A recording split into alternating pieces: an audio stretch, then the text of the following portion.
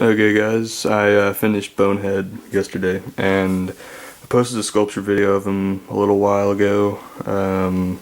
So I did some finishing touches on him and here he is. So basically here's some close-ups on his face. He's got all these little wrinkles and everything around here. So yeah, that's the gist of his face. So here, the seam line on this turned out pretty clean, I think. I tried a new mold wall method out. I used metal shims and stuck them in the sculpture instead of making a clay wall, because typically my clay walls are terrible and they collapse. So it was a lot easier this time. Here's the profile. He's wearing a hat because I think it adds a little bit of character to him, actually.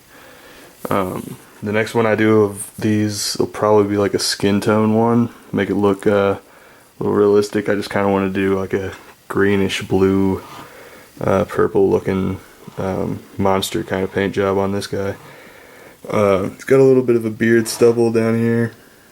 There's his mouth. I think the mouth turned out pretty well on this. Looks wet, like it's actually a mouth. The tongue turned out pretty well. This was my first mask with a tongue in it, so that turned out pretty well. This is a separate tooth. These teeth are cast in, and this one is separate. It's made of Sculpey, and I glued it into his mouth socket there. Ooh, that's a good detail shot. You can see the pore texture in here. Anyway, all these teeth were originally Sculpey, and I just put them in the sculpture itself. You can see that in the sculpture video if you watch it. But I molded with these teeth in, these 3 teeth, and I left the front 2 out because I thought they were gonna get stuck in the mold.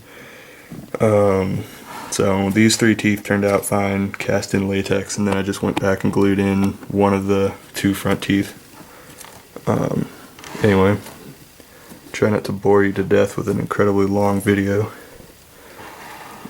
Here's him without the hat on. Like I said, I think the hat does give him a bit of character. He's got these nice wrinkles on his chest, all that good stuff.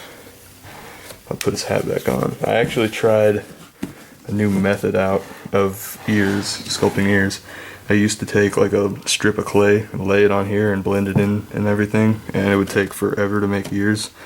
And I got this DVD with Jordy Shell, who he showed a bunch of different methods of sculpting, painting, and all that kind of stuff.